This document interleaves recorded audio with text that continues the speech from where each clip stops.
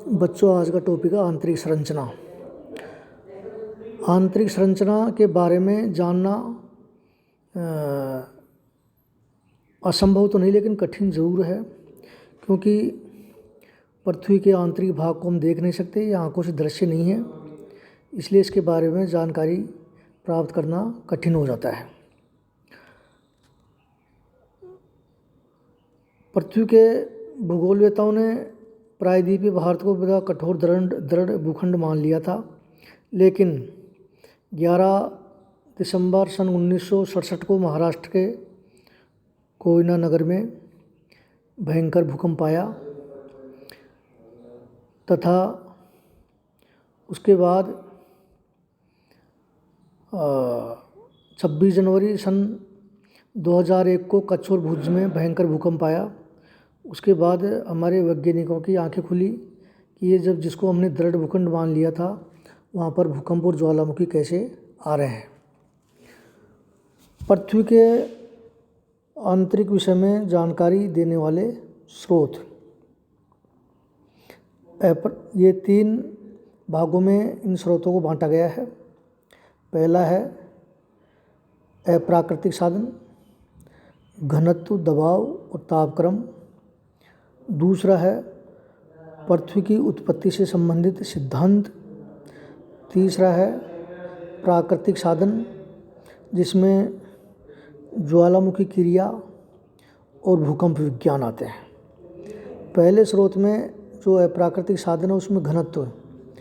पृथ्वी के ऊपर से सतह से नीचे जब जाते हैं तो उसका घनत्व बढ़ता जाता है।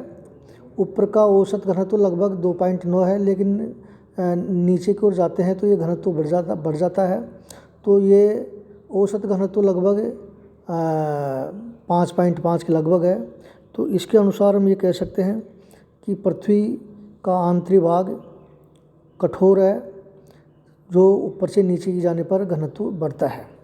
दबाव, पृथ्वी के ऊपर से नीचे जाने पर दबाव बढ़ता है, तो दबाव बढ़ने के कारण चट्टानें कठोर होनी चाहिए।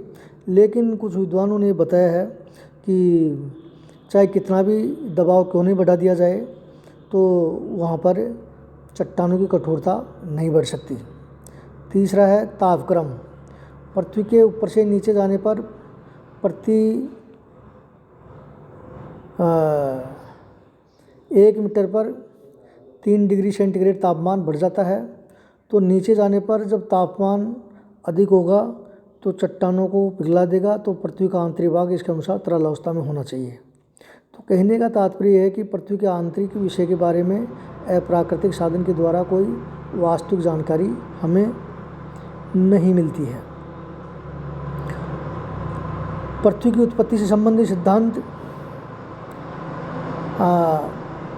चैम्बरलिन और मॉल्टन की ग्रहाणु परिकल्पना, इसके अनुसार पृथ्वी का जो निर्माण हुआ है वो ठोस ग्रहाणुओं के एकत्रीकरण से हुआ है, जिसके आधार पर हम ये कह सकते हैं कि पृथ्वी का आंतरिक जो भाग है वो ठोस होना चाहिए।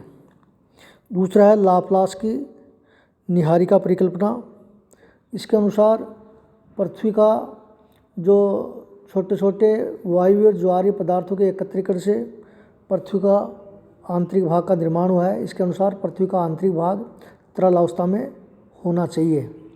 जोएपरिज और रिक्टर की गैसीय परिकल्पना, इसके अनुसार पृथ्वी का जो आंतरिक भाग है वो गैसीय अवस्था में होगा। तीसरा है प्राकृतिक साधन, उसमें ज्वालामुखी क्रिया, ज्वालामुखी का जब उद्गार होता है तो उससे कई प्रकार की लहरों की उत्पत्ति होती है, जिसमें 3 प्रकार की लहरें हैं, प्राथमिक तथा अनुदैर्ध्य लहरें, और दूसरा है द्वितीय लहरें, और तीसरा है धरातलीय लहरें।